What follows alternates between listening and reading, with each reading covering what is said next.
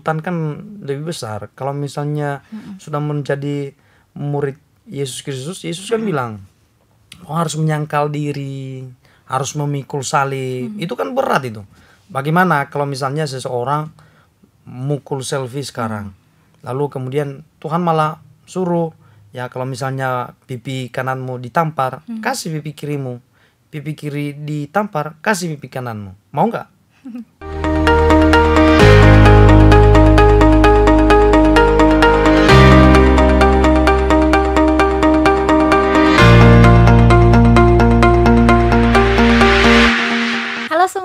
Selamat datang kembali di podcast STT Saint-Paul Bandung bersama dengan saya Selviani yang akan memandu podcast kita hari ini.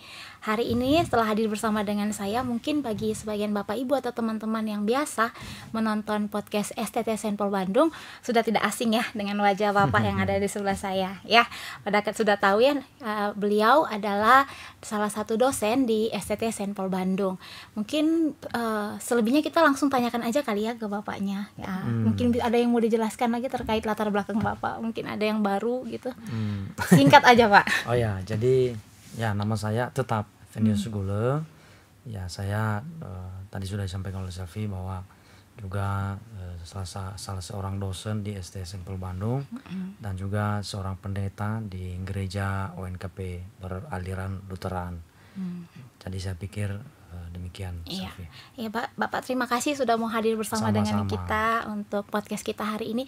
Cukup menarik ya tema yang diberikan kepada kita, yaitu bagaimana menjadi murid Kristus di era digital. Nah, ini tema kita hari ini Pak. Jadi kita akan diskusikan bersama. Nah, untuk sebagai pertanyaan pembuka nih Pak, terkait menjadi murid Kristus di era digital.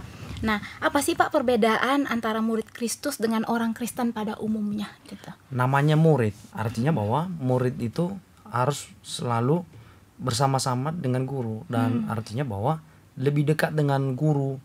Jadi semua ilmu yang dimiliki guru itu harusnya murid bisa mengerti dan paham semua itu dan bisa menjalankannya. Nah, bila disebut sebagai murid Kristus, itu artinya bahwa sebagai seorang murid harus setia. Setia dalam hal apa? Kalau kita melihatkan dalam pengertian murid itu, arti lebih jelasnya adalah bahwa seseorang itu dengan kesetiaannya rela mengorbankan apa saja, bahkan hidupnya untuk setia kepada sang guru. Jadi artinya bahwa seorang Kristen yang benar-benar menjadi murid Kristus adalah mempersembahkan seluruh hidupnya kepada Tuhan dengan selalu memuliakan nama Tuhan. Nah, kalau misalnya Kristen pada umumnya, jadi ya harusnya memang seorang Kristen itu harus menjadi murid Kristus. Jadi begini loh, seorang yang beragama Kristen belum tentu dia benar-benar murid Kristus. Karena kenapa? Bisa jadi dia agama Kristen hanya di KTP-nya saja, tetapi hidupnya tidak sesuai dengan firman Tuhan. Hidupnya tidak sesuai dengan apa yang dimau oleh Sang Guru Agung, yaitu Yesus Kristus Tuhan kita. Demikian. Oh, berarti perbedaan antara seorang yang sudah Kristen, seorang yang sudah disebut murid, sama seorang yang sudah Kristen cuman pada umumnya mengaku sebagai orang Kristen hanya di KTP itu memiliki perbedaan yang jelas, sangat jauh ya jelas. Pak. Berarti kalau ada perbedaan berarti tantangannya juga pasti beda. Pasti beda. Jadi begini loh. Semua kita ini ketika kita mengaku bahwa kita ini percaya kepada Tuhan Yesus, maka harusnya kita itu menjadi murid. Makanya pemuridan itu sangat penting bagi seseorang, ya, bagi kelompok yang memang sudah mengaku imannya bahwa dia benar-benar beriman kepada Yesus Kristus yang adalah Tuhan dan Juru Selamat. Jadi benar-benar dimuridkan supaya bisa dekat dengan Tuhan, setia kepada Tuhan, dan benar-benar memberikan dampak yang positif bagi lingkungan. Yang pertama bagi dirinya sendiri, keluarga, lingkungan, dan orang-orang sekitar. Nah, tapi biasanya orang selalu bilang kalau menjadi murid Kristus itu tanggung jawabnya lebih besar gitu. Bapak mengakui hal itu enggak? Oh ya, itu tuntutan kan lebih besar. Kalau misalnya sudah menjadi murid Yesus Kristus, Yesus kan bilang, harus menyangkal diri, harus memikul salib. Itu kan berat itu. Bagaimana kalau misalnya seseorang mukul selfie sekarang. Lalu kemudian Tuhan malah suruh, ya kalau misalnya pipi kananmu ditampar, kasih pipi kirimu. Pipi kiri ditampar, kasih pipi kananmu. Mau nggak? Ya, jadi ini memang tantangan. Ini memang tantangan menjadi murid Kristus. Nah, itu kan artinya bahwa kita menyangkal diri, ya. Lalu kemudian memikul salib. Ya, memikul salib itu apa? Yang misalnya kita ini bisa menikmati kehidupan ini dengan seperti orang-orang di luar sana dengan cara-cara yang duniawi, memuaskan diri kita sendiri, ya tentunya kan bisa saja dilakukan oleh orang-orang di luar sana. Tapi kita sebagai murid Kristus, ya tidak boleh seperti itu, harus memikul salib. Bahwa kita tidak boleh seperti itu, harus hidup mencerminkan Kristus dalam kehidupan kita ini, sehingga melalui hidup kita orang lain mereka bisa melihat Kristus dalam kehidupan kita, dan bisa jadi melalui cara demikian justru orang lain itu bisa berubah, mereka itu bisa bertobat karena mereka melihat sesuatu yang unik dengan diri kita. Dan tentunya ketika mereka sudah penasaran bahwa diri kita ini unik, tentunya kan mereka berpikir, kenapa, ada apa dengan orang itu, kok dia bisa berbeda dengan yang lain. Nah, ketika mereka berusaha untuk mencari, oh ternyata dia percaya kepada Tuhan Yesus, ternyata dia adalah murid Kristus, maka bisa jadi nanti justru mereka juga berubah dan mau juga menjadi murid Kristus. Demikian. Tergantung apa yang mereka lihat lah ya. Betul Pak. sekali. Cenderung kalau sekarang ini kan Pak, kalau kita bilang menjadi murid Kristus itu benar-benar kita hidup sesuai dengan teladan seperti yang Bapak sudah katakan di awal. Tapi realita kondisi yang kita alami sekarang ini kan manusia itu diperhadapkan dengan era digital ya Pak, seperti tema kita gitu. Nah, mungkin nggak Pak dari era digital yang sedang terjadi sekarang itu seseorang itu bisa tetap setia dan taat dengan dengan label mereka sebagai seorang murid Kristus gitu. Di Begini kondisi loh, kita yang sekarang. berbicara masalah era digital, perkembangannya itu cepat sekali loh. Jadi kita bisa melihat ya, mulai dari tahun 2000-an kemarin sampai 2023 saat ini, berapa tahun itu? Hanya dalam jangka waktu 23 tahun. Kita bisa melihat perkembangan teknologi yang begitu pesat. Yang dulunya kalau misalnya kita mau mengirim pesan kepada seseorang, kepada keluarga kita harus pakai surat menyurat, ya di tahun 2000 ke atas itu mulai bergeser. Ada messenger, ya SMS, lalu kemudian bergeser lagi ada BBM, ya, lalu bergeser lagi ada WhatsApp, ada Line dan ada Facebook, ya banyak macam-macamnya. Kita melihat perkembangannya. Kita belum sempat belajar satu aplikasi, sudah ada aplikasi yang lain. Jadi dari sini kita melihat bahwa perkembangan digital itu, teknologi itu sangat pesat sekali. Seperti saat ini kita melihat yang lagi viral-viral kan, misalnya seperti TikTok, aplikasi-aplikasi yang lagi ngetren kan, TikTok, ada apalagi ada Instagram, ya, ada Twitter dan macam-macamnya. Dan ya sebagai seorang anak Tuhan ya harus bisa bijak dalam memanfaatkan semuanya itu. Ya kalau kita melihat di TikTok itu kan kadang-kadang saya melihat ya, kalau misalnya saya buka TikTok, makanya memang saya juga ada aplikasi TikTok, ya. Tapi kan kalau misalnya saya melihat TikTok, saya nggak bisa menutup mata dong. Kalau misalnya ada lewat gambar-gambar orang-orang yang memang kadang-kadang jahitan bajunya itu belum selesai kan begitu. Kan? Jadi kadang-kadang bisa dimungkiri. Kadang-kadang seperti itu. Nah, maksud saya itu ya sebagai anak-anak Tuhan itu harus menebarkan hal-hal yang positif. Ada juga saya melihat di TikTok itu mereka nanti saling caci memaki, lalu saling menjelek-jelekan. Ya, jadi saya pikir hal seperti itu ya kita jangan melakukan lah.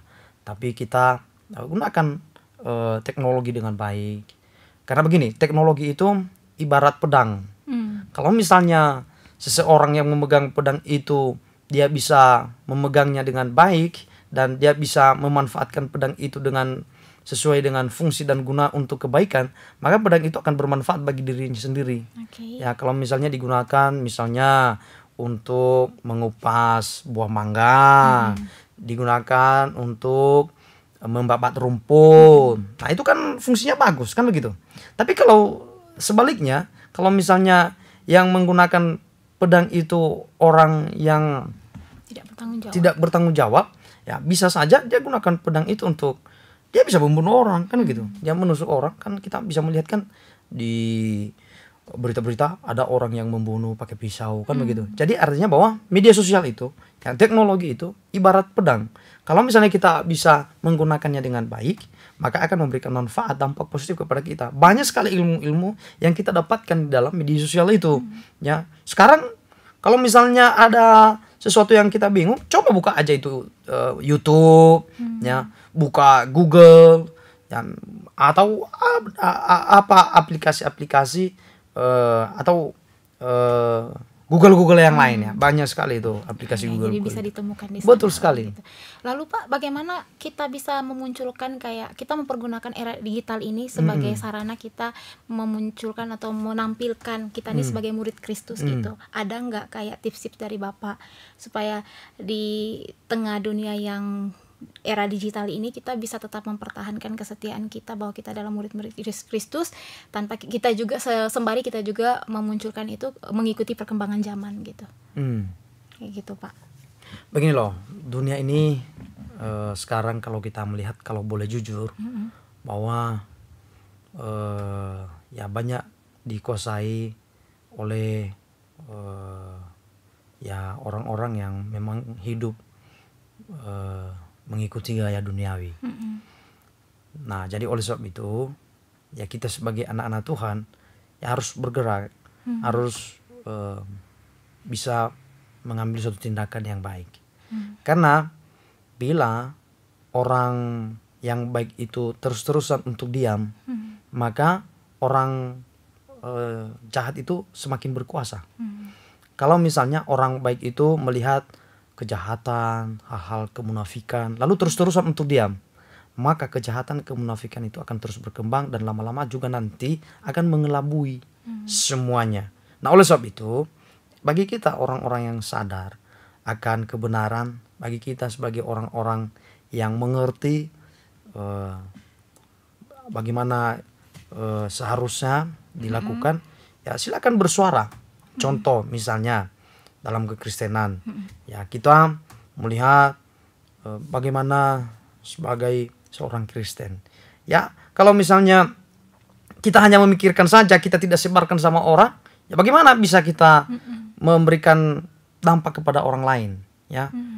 Tapi kalau misalnya kita justru sebarkan pengajaran-pengajaran dari kita sebarkan, yang tentunya kan ya pengajaran-pengajaran yang seturut dengan kehendak Tuhan, dan tentunya tidak bertentangan dengan hukum lah ya. Jadi maka itu sangat memberikan manfaat kepada kita. Jadi artinya bahwa kalau kita melihat hal-hal yang tidak baik, hal-hal yang tidak sesuai, ya silakan bersuara, gunakan itu media sosial. Ya tentunya harus dengan bijak, ya jangan kemudian dengan cara-cara yang tidak baik. Ya sebagai seorang akademisi, ya kalau misalnya hidup di lingkungan kampus, ya maka berlaku sebagai seorang akademisi yang kemudian ketika kita ngomong semua ada data-datanya. Jadi jangan kita kemudian kita menyebarkan ajaran kita menyampaikan suatu argumentasi kita tetapi tidak ada dasarnya. Nah itu tidak boleh. Apalagi kalau misalnya tujuannya hanya mencaci maki orang lain di media sosial, itu jangan. Begitu. Iya, jadi berbicara tentang bagaimana kita men-share apa yang menjadi keyakinan kita. Contoh kita menggunakan media sosial kita. Cuman tantangannya sekarang nih Pak, khususnya bagi kalangan, kalau saya sendiri merasakan itu di kalangan anak-anak muda ataupun di kalangan teman-teman sebaya gitu kan, kebanyakan itu merasa kalau kita men-sharingkan firman Tuhan di sosial media kita, itu orang merasa kayak nanti kita terlalu holy, terlalu kudus kelihatannya gitu. Nah, untuk kasih itu sebenarnya salah nggak sih Pak kalau contoh sebagai anak-anak Tuhan yang mau kasih berkat apa yang dia dapatkan dengan tulis ayat-ayat firman Tuhan di sosial media gitu. Menurut Bapak, menurut sudut pandang Bapak, apakah itu wajar-wajar saja atau bagaimana Pak? Kan ini masih terkait bagaimana kita men-sharingkan ini ke sosial media kita gitu Pak. Gimana itu Pak? Ya, jadi harus diakui bahwa memang itulah kenyataan banyak orang di zaman ini. Hmm. Ya memang ketika melihat orang itu terlalu maksudnya ketika orang itu rohani, apalagi kalau misalnya suka sharing-sharing firman Tuhan, suka membagi-bagikan kebenaran, dan kadang-kadang orang yang lain menilai, wah itu orang sok suci ya, itu orang kok sebar-sebarkan firman Tuhan, ya kenapa tidak melakukan hal yang lain. Dan ya bagi saya itu hal-hal yang wajar-wajar saja. Karena begini, ketika kita melakukan kebaikan, maka pasti ada saja orang yang menilainya buruk. Apalagi kalau misalnya kita melakukan keburukan, pasti lebih banyak orang yang mengatakan bahwa apa yang kita lakukan tidak baik. Begini, bahwa ada satu filosofi yang berkata begini, ketika kita menanam padi, maka rumput ikut tumbuh. Tetapi ketika kita menanam rumput, tidak pernah tumbuh padi. Jadi artinya apa? Ketika kita melakukan hal yang baik, seperti yang tadi Selvi sampaikan, maka ada saja orang yang menilai apa yang kita lakukan itu buruk. Tapi kalau misalnya kita melakukan hal yang buruk, tidak pernah orang berkata bahwa itu baik. Jadi maka oleh sebab itu, kalau misalnya kita sudah melakukan hal yang baik, termasuk dalam hal menyebarkan firman Tuhan, termasuk dalam hal untuk menjaga hidup kita tetap dalam mengikuti perkenanan hati Tuhan, kebenaran, maka tetap saja berjalan dalam kebenaran. Jangan hidup dengan apa kata orang. Karena kita ini ditentukan bukan oleh apa kata orang, tetapi hidup kita ini ditentukan dengan apa kata Tuhan tentang kehidupan kita, dengan kehidupan kita. Jadi karena Tuhan yang menentukan hidup kita, ya, jadi jangan dengarkan itu. Jangan dengarkan apa penilaian-penilaian yang buruk tentang diri kita kepada orang lain. Ya, tetapi maksud saya jangan terlalu serius untuk ditanggapi. Tapi kalau misalnya juga yang disampaikan itu juga benar, mungkin diri kita juga hidupnya juga tidak benar, lalu kemudian kita sampaikan firman Tuhan, kemudian mereka melihat hidup kita juga enggak benar. Nah, itu repot juga seperti itu kan. Nah, harusnya kita juga jadikan sebagai introspeksi diri hal semacam itu. Demikian. Iya, Pak. Berarti ini yang terakhir nih, Pak. Bapak punya nggak salah satu cara, atau sebenarnya tadi dari apa yang sudah Bapak sampaikan itu ada gitu, tips-tips bagaimana sebagai murid Kristus itu kita mempertahankan kesetiaan kita dengan cara kita men-sharingkan apa yang menjadi berkat buat kita. Tapi selain hal yang sudah Bapak sebutkan, ada lagi nggak kira-kira cara kita mempertahankan kesetiaan dan ketaatan kita ya sebagai murid Kristus di tengah zaman yang sekarang ini, Pak? Kayak gitu. Kuncinya adalah harus tetap percaya apa yang disampaikan oleh Tuhan di dalam firman-Nya. Maka kalau kita sudah benar-benar yakin sungguh-sungguh dengan firman Tuhan dan kita melakukannya, saya bisa pastikan bahwa kita pasti setia kepada Tuhan. Jadi oleh sebab itu ya, jadi harus kita mengandalkan Dia, harus kita rajin-rajin untuk membaca firman Tuhan dan terus mengandalkan Dia di dalam kehidupan kita ini. Maka percaya bahwa Dia selalu menyertai kita. Demikian. Iya. Tadi apa pertanyaannya tadi? Tips untuk kita tetap setia gitu, Pak. Ya, seperti yang Bapak sudah sampaikan tadi, harus dekat dengan Tuhan, harus mengandalkan Tuhan. Ada lagi, Pak, mungkin tambahan? Ya, tips untuk kita bisa tetap setia kepada Tuhan di zaman teknologi ini, ya harus tetap membaca firman Tuhan dan tetap mengandalkan Dia di dalam kehidupan kita ini. Dan ya gunakanlah media sosial itu, gunakanlah teknologi itu dengan baik. Karena kalau kita melihat ya, sekarang semua serba digital. Ya, semua serba digital. Dan kita tidak bisa berkata, saya tidak mau mengikuti perkembangan. Saya maunya seperti yang dulu-dulu saja. Bapak Ibu ketinggalan. Ya, jadi oleh sebab itu ya kita harus bisa menyesuaikan diri kita dengan perubahan yang ada. Dan tentunya dalam hal ini kita juga tetap mempertahankan kesetiaan kita kepada Tuhan dan percaya bahwa karena Tuhan sudah memilih kita untuk percaya kepadanya, Dia tidak pernah salah untuk memilih kita. Dia sanggup untuk memberikan kesetiaan kepada kita melalui Roh-Nya yang kudus. Amin. Ya, amin. Oke. Sebenarnya ada lagi satu sih, Pak. Oh, siap. Nggak apa-apa ya, Pak ya. Ya. Berarti kalau kita kan tadi Bapak bilang di akhir tuh kita harus bisa mengikuti perkembangan zaman. Berarti di sini kata menyesuaikan berarti kita belum tentu mengikuti. Karena kalau kita mengikuti apa yang menjadi perkembangan sekarang kan ada baik dan tidak baik gitu. Nah, berarti ada pembatas dong, Pak. Oh iya, betul. Makanya tadi saya sampaikan bahwa media sosial itu ya ibarat pedang. Ya, jadi pedang itu kalau misalnya di tangan orang yang tepat, dia bisa mempergunakan pedang itu dengan baik. Tapi kalau misalnya pedang itu di tangan orang yang tidak bertanggung jawab, maka dia bisa menggunakan pedang itu untuk menghancurkan sesamanya manusia. Begitu juga dengan media sosial. Kalau media sosial itu di tangan orang yang bijaksana, maka dia bisa menjadikan media sosial itu sebagai suatu sarana untuk melakukan hal-hal yang baik, dan ya termasuk untuk menyebarkan firman Tuhan, termasuk untuk menyebarkan pemikiran-pemikiran yang positif sehingga orang lain bisa paham dan mengerti. Dan kalau misalnya bagi orang yang tidak bertanggung jawab, ya mereka bisa menjadikan media sosial itu sebagai alat untuk memprovokasi orang lain, membuat keonaran, ya membuat kekacauan, mencaci maki orang lain, dan juga dijadikan sebagai sarana untuk membuli, menyebarkan hoax. Nah, itu kan tidak baik. Nah, oleh sebab itu ya kita harus tetap menjadi murid Kristus di zaman digital ini dan juga dalam hal mempergunakan teknologi yang ada. Demikian. Iya, terima kasih Pak. Sama-sama. Aku rasa apa yang sudah disampaikan oleh Pak Iya. Venius ini bisa menjadi satu pengetahuan yang baru bagi Bapak Ibu yang menonton podcast STT Saint Paul Bandung, bahkan bagi saya sendiri juga ada hal-hal yang baru saya dapatkan. Sekali lagi Pak, terima kasih untuk Sama-sama. waktunya sudah Siap. mau sharing banyak terkait bagaimana menjadi murid Kristus di era digital ini. Nah, untuk semua teman-teman yang menonton, Bapak Ibu sekalian, jangan lupa like video ini dan komen. Mungkin bisa juga dibagikan ke teman-teman atau di sosial media masing-masing, ya kan?